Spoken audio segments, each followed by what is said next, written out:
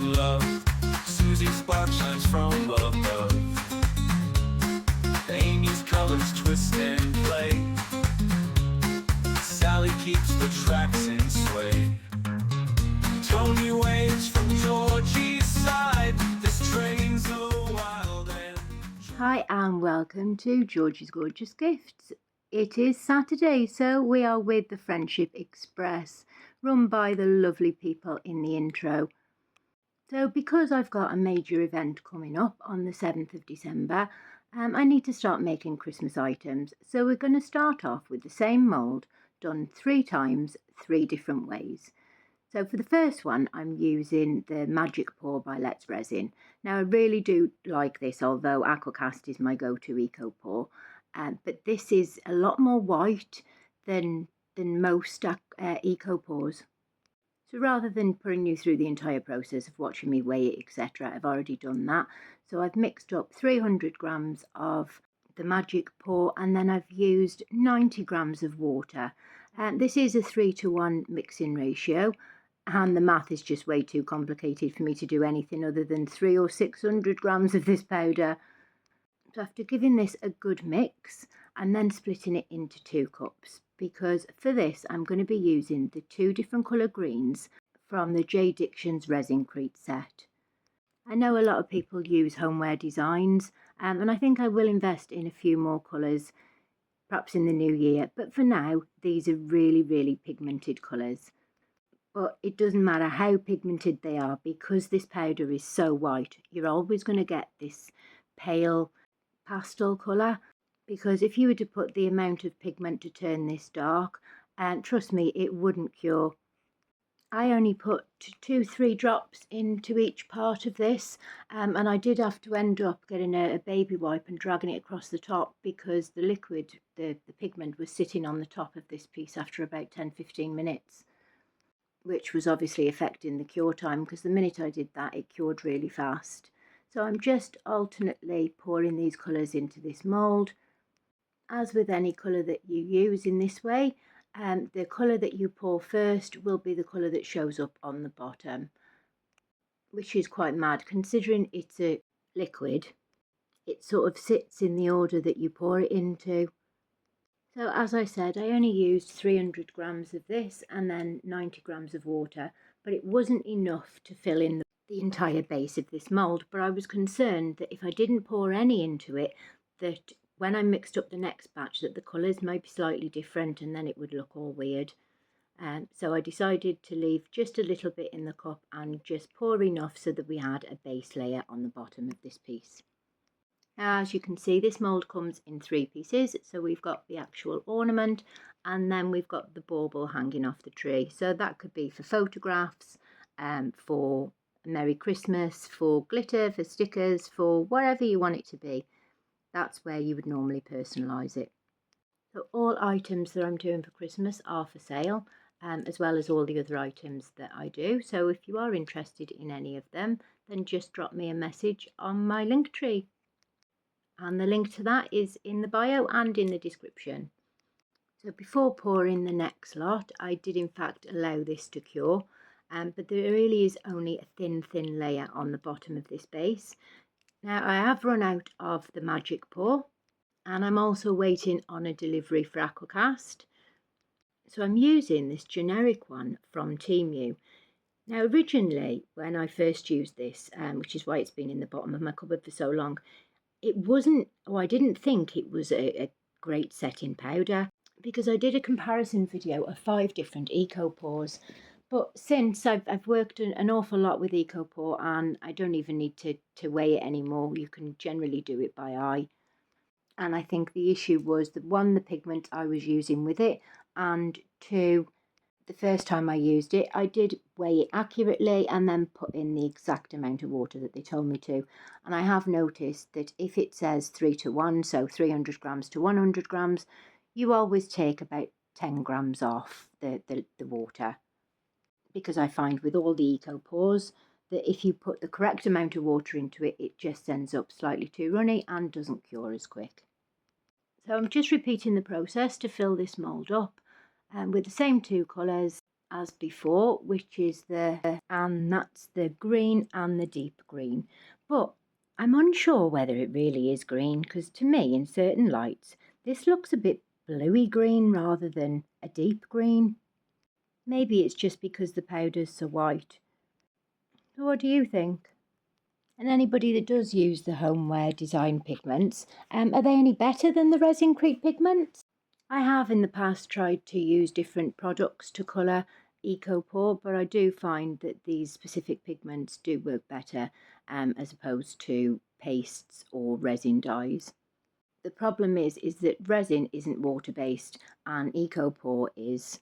So although you can use mica powders and resin dyes, they don't take very well to Ecopore, no matter what brand you're using.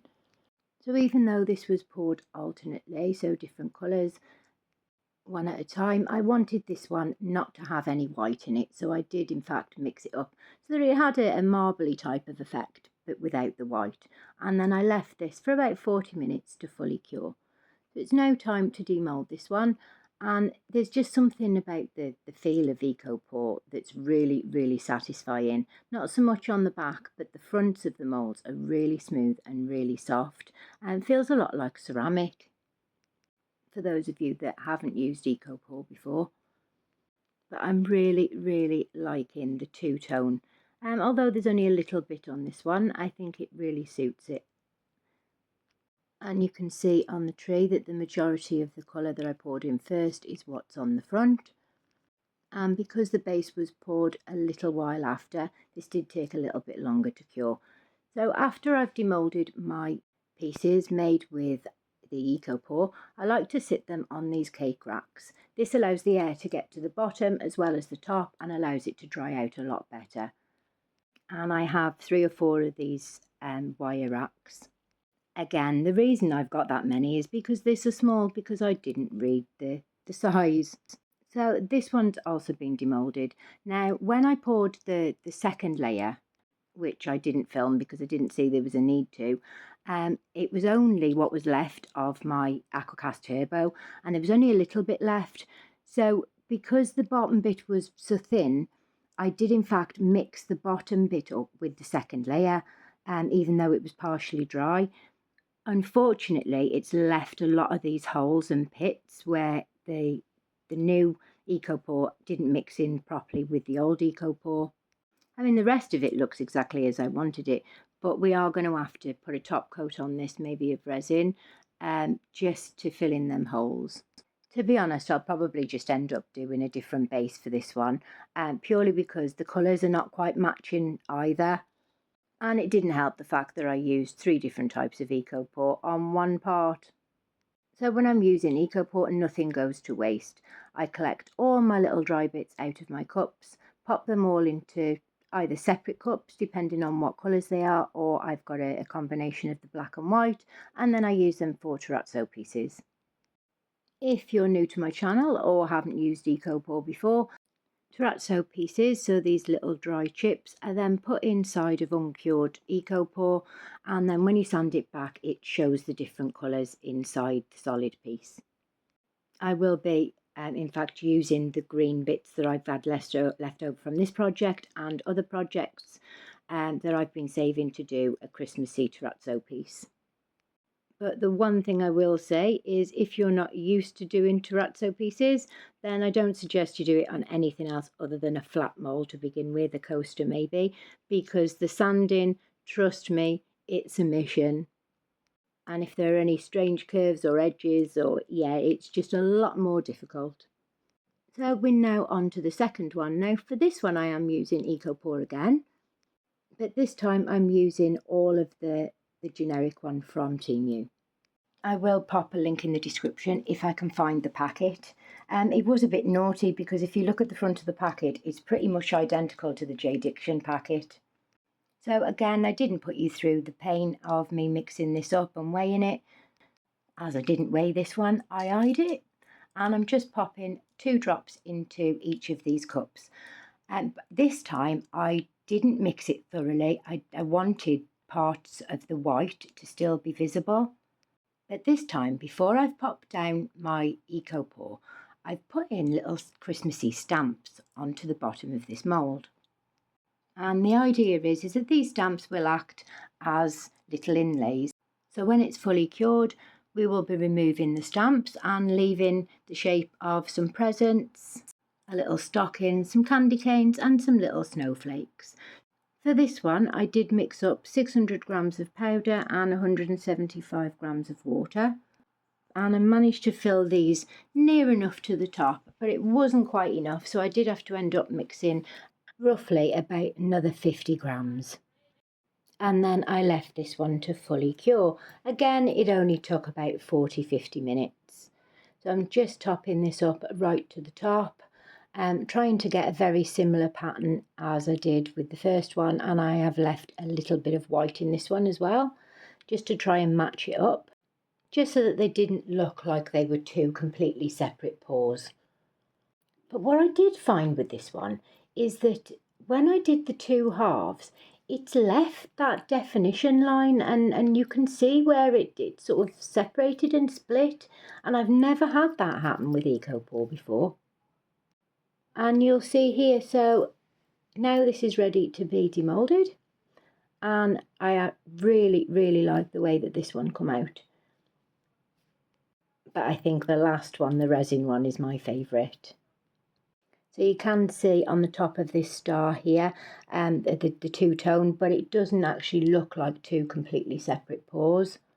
Now I have sped this bit up for you after a while, because taking these silicone stamps out of the front of this proved to be a little bit more difficult than any of the other Ecopours that I've ever tried. This one, it seemed to gather a lot deeper around the stamps, whereas normally they pull out quite easily. So I did in fact have to give this quite a bit of a rough picking and scraping and bashing just to get these little stamps out. And at the time of doing this voiceover, I'm still a bit undecided as to what to do with this one, whether to fill in the little details with a pen, or whether to just fill it with clear resin, or whether to just leave it as it is and just tidy up the edges a little bit. Either way, at this point I haven't got time to completely finish it and do exactly what I want with it, so for now we are just going to leave it like this. So let me know in the comments what you think I should do with it. So as you can see here, it really did take some time to get these bits out. And there was one or two at one point that I really didn't think were going to come out. So I ended up grabbing a knife and just catching the ends of these silicone stamps and then popping them out that way. So after what felt like an age trying to get these silicone stamps out of the tree, I then attempted to get them out of the base and this little bauble. Now I really like this present on the front of this piece, but it just needs a little something. So like I say, at this point I'm not sure quite what yet, and the whole lot needs tidying up and sanding and the edges all sorting out. And then it either needs a coat of resin or it needs a good wax in order to make it just that little bit nicer, shinier and give it a better finish. But I am absolutely loving the marble effect on this base. So that's two pieces with the aquacast. The next piece is with resin, and we're going to be using some of this fabric to pop inside some green transparent resin dye. This is in fact one that I made last year, but we are going to be using a different colour green. So I start off by mixing up my resin, popping it through my deglassing machine, purely because I need this to be really sort of bubble free and clear. And I'm just popping a very thin layer onto the base of both of these moulds. And then I'm going to be adding some green normal resin dye. It's just a cheap one I had with freebie from somewhere years ago and that hadn't been opened. But look at this, disaster strikes. Yeah, 150 ml resin, and I squeezed it and the end just come off. So quickly, before this could seep into the resin, I've tipped all the excess that was on the top and then just mixed in the few bits that was left. Now unfortunately that was like 3/4 of a bottle of green resin pigment that went into there, so I tried to pop this bit into the next lot of resin and mix that up rather than adding a bit more pigment. The trouble with this is because I'm using a cup that's got resin in already, it's an orange resin, so I couldn't quite tell what the colour was because at the minute it was looking rather nasty. But luckily enough, I've just had a delivery of another 50 cups, so I can finally get rid of all my old ones because they're like 30-40 ml full of resin on each one. So I have sped this bit up for you, and all I've done is cut parts out of this material. And if you can hear the baby in the background, she is with my eldest in the living room. So I'll apologise for that one now. But unfortunately, the life of a single mom is, yeah, this is how I roll. Trying to get 10 minutes hiding in the kitchen so that I can finish my voiceover to get the video out for tonight. Because there's nothing like leaving it to the last minute. And apparently, so the psychologists say, that's how I get my buzz. Yeah, with ADHD brains, it's leave everything to the last minute and then we always pull it out the bag. But yeah, it's running on that dopamine levels. So I did in fact babysit this for a good 20-25 minutes because as you can see there are loads and loads of little air pockets and bubbles underneath this material. And as you can see, if you're not into mess, this one isn't for you because I had to get my hands stuck in there and continue to pop all the bubbles and get this material exactly where I want it. So I just continue as the resin's getting thicker just to get my stick and push all the bubbles out to the edge. And then I pop this into my G3 to cure. Again, with the base of this one, I'm going to have to give it a good sanding and then a bottom coat as such because that's the bottom. And again with the tree because it's very bumpy and where the material has come up slightly above the resin. But a quick sand and a top coat will fix that, no problem. So I'm just getting rid of all the excess overspill of resin. We have got one tiny little bubble in this base. Other than that, it is completely bubble free. And with this bit, there was a little tiny area there, just where my finger is, where there's like a hole all the way through. So I will in fact just fill that up, either cover it with a sticker, vinyl, sorry, or fill it with UV resin and then sand it down. But now for the main tree. And I was really, really pleased with the way this turned out. So we are nearly finished and all three are done. Maybe not quite to the standard that I'd need to sell them.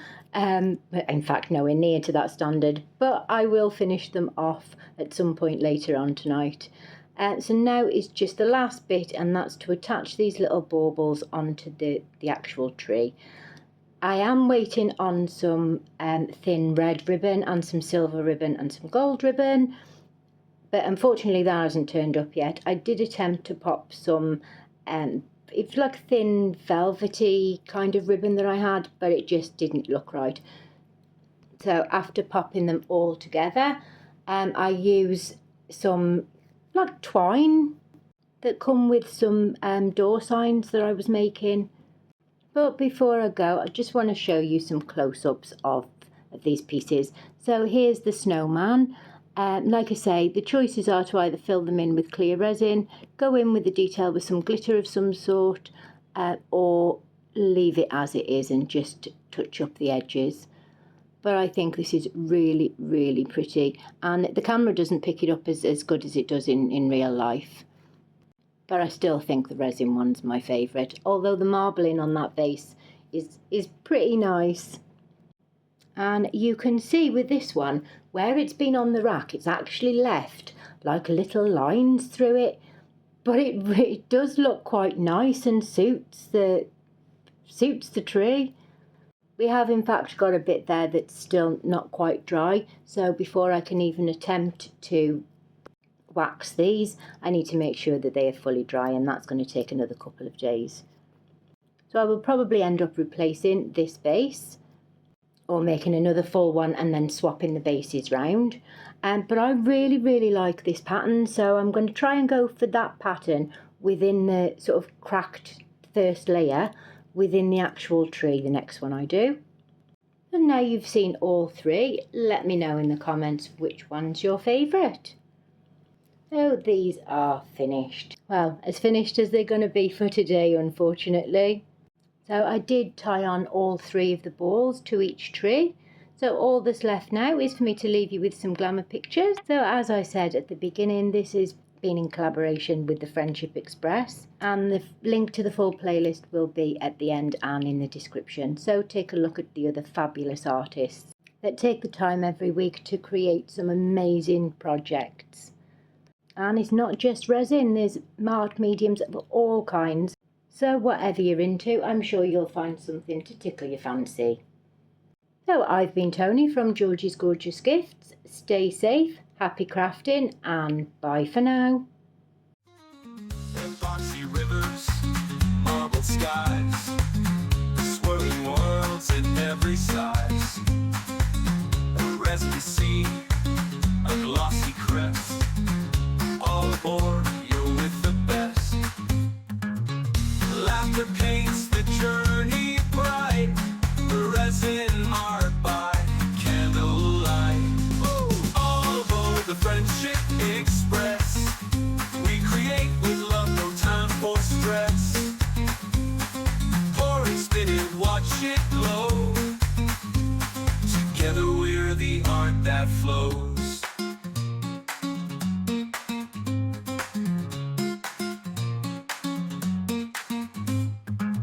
Laughter paints the journey bright. Resin art by candlelight.